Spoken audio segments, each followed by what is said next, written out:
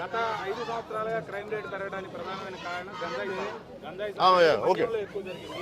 అటవీ శాఖ దీంట్లో ఒక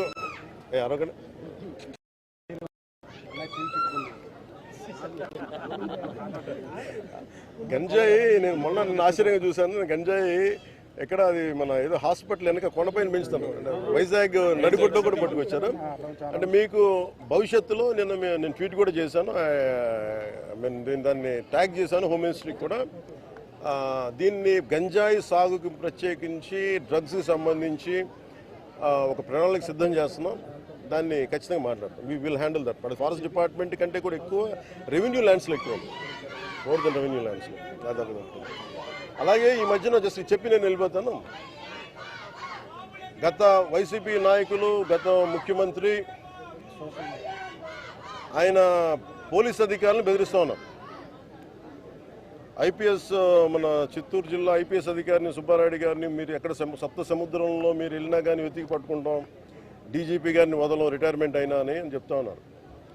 నేను చెప్తా ఉన్నాను, వాళ్ళనే కాదు ఎవరైనా సరే మీరు అధికారులకి ఇలాంటి థ్రెట్స్ ఇచ్చి మీరు కనుక వాళ్ళ మీద చిన్న ఈగ వాలిన, వాళ్ళ మీద ఘాటు పడ్డా, చిన్న గీటు పడ్డా కూడా మీరే బాధ్యత వహించాల్సి వస్తుంది. దీన్ని సుమోటోగా కింద తీసుకుంటాం. ఇది నేను అధికారులు వాళ్ళకి కర్తవ్యాన్ని నిర్వర్తిస్తుంటే మీరు ఇలా బెదిరిస్తే అధికారులు ఎవరు బెదిరిపోరు.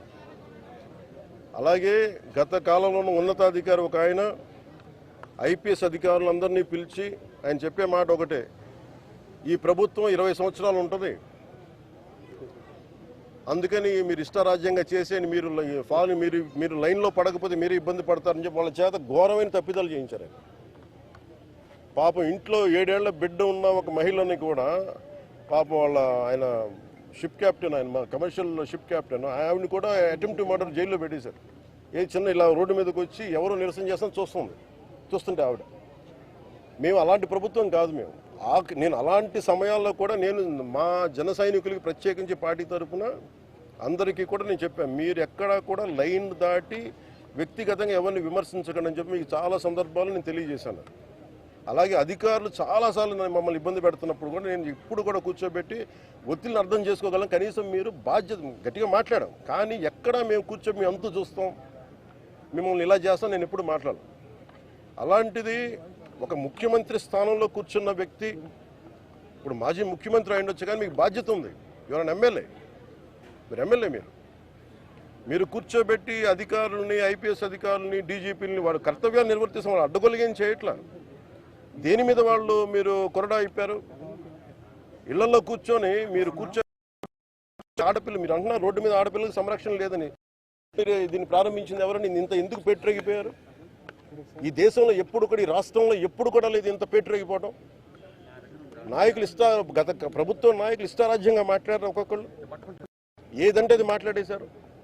ఇళ్లలోకి వస్తూ ఉంటారు. మన ముఖ్యమంత్రి గారి సతీమణిని తిట్టారు, కుటుంబ సభ్యుల్ని తిట్టారు.